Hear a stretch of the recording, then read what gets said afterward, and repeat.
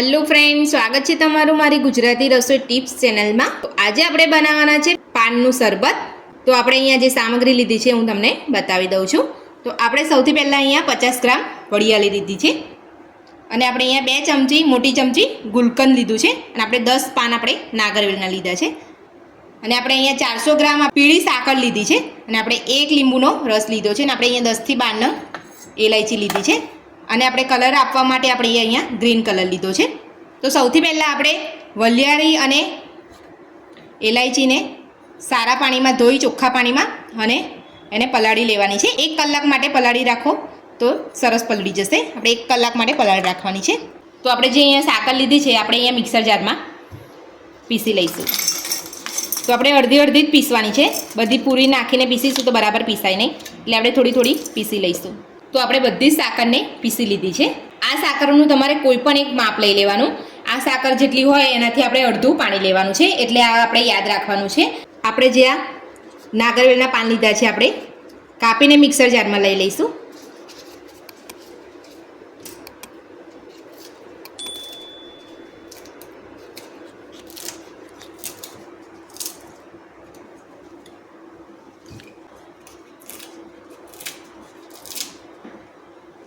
આપણે જે આગળનો ભાગ આવે એ કાઢવાનો નથી, આપણે અંદર જ લઈ લેવાનો છે, જેથી એનો આપણો રસ બધો નીકળી જાય।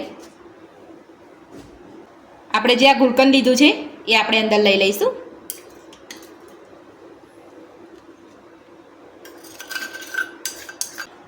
હવે આપણે ઢાંકણ બંધ કરીને આને પણ પીસી લઈશું। તો હવે આપણે જોઈ લઈશું। તો તમે જોઈ શકો છો પાન અને ગુલકંદ સરસ પીસી લીધું છે। આપણે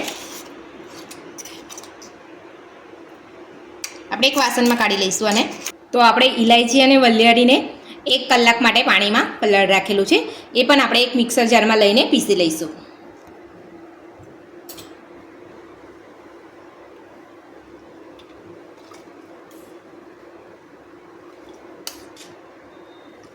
તો આપણે વરિયાળી અને ઇલાયચીને આપણે અહીંયા મિક્સર જારમાં લઈ લીધી છે અને જે વરિયાળીનું પાણી વધ્યું હતું એ આપણે અહીંયા ગાળી લીધું છે।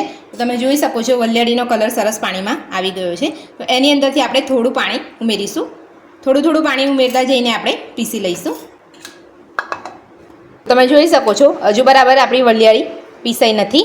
હવે આપણે એમાં થોડું આ પાણી બધું જ ઉમેરી દઈશું અને ફરી આપણે પીસી લઈશું। તો તમે જોઈ શકો છો વરિયાળી અને એલાયચીને આપણે સરસ પીસી લીધી છે, એકદમ ઝીણું ઝીણું આવી રીતે પીસી લેવાનું છે અને મેં ઉપરથી એક્સ્ટ્રા અડધી વાટકી જેટલું પાણી લીધું છે। તમારે બરાબર પીસાય ના તો તમે ઉપરથી પાણી લઈ શકો છો। તો આપણે અહીંયા ગેસ ઉપર એક વાસણ મૂક્યું છે, આપણે જાડા તળિયાવાળું કોઈ પણ પેન લેવાનું। તો આપણે જેટલી વરિયાળી લીધી હતી એનાથી અડધું પાણી લેવાનું છે। તો આપણે અહીંયા પોણો કપ જેટલું પાણી લીધું છે। પાણીને આપણે સહેજ ગરમ થાય એટલે આપણે એમાં દરેલી સાકર ઉમેરીશું। હવે આપણે એમાં દરેલી સાકર ઉમેરીશું। સાકરને આપણે હલાવતું રહેવાનું છે। તો તમે જોઈ શકો છો સાકર ઓગળી ગઈ છે સરસ। તો હવે આપણે ગુલકંદ અને પાનની જે પેસ્ટ બનાવી હતી એ આપણે એડ કરી દઈશું અંદર।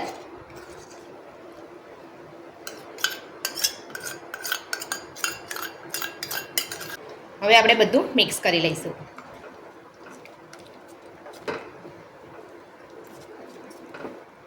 તો હવે આપણે અહીંયા વરિયાળી અને ઇલાયચીની જે પેસ્ટ બનાવી હતી એ આપણે એડ કરીશું।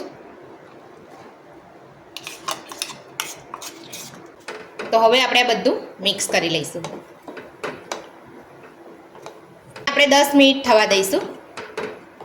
બહાર જેવો કલર આવવા માટે આપણે અહીંયા 1 ચપટી ગ્રીન કલર એડ કરીશું। બધું આપણે મિક્સ કરી લઈશું।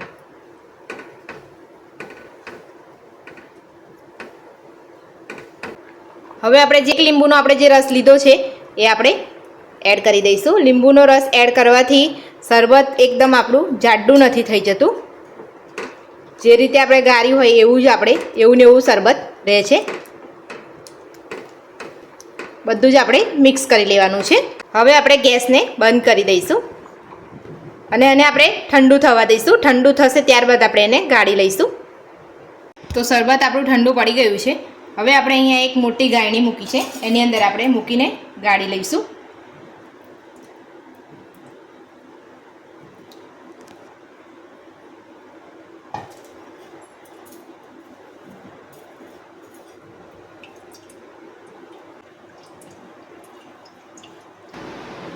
તો તમે જોઈ શકો છો આપણે બધું શરબતને ગાળી લીધું છે.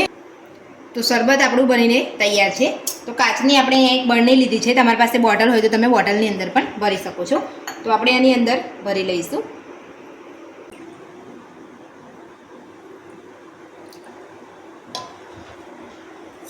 હવે આપણે એને બંધ કરી દઈશું. એર ટાઈટ જ આપણે લેવાનું છે. બરણી યા તો તમે બોટલ લઈ શકો છો.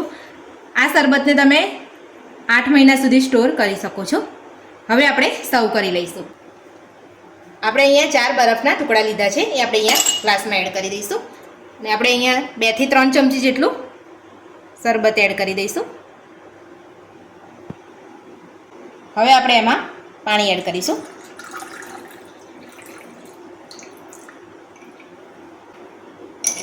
હવે બધું મિક્સ કરી લઈશું.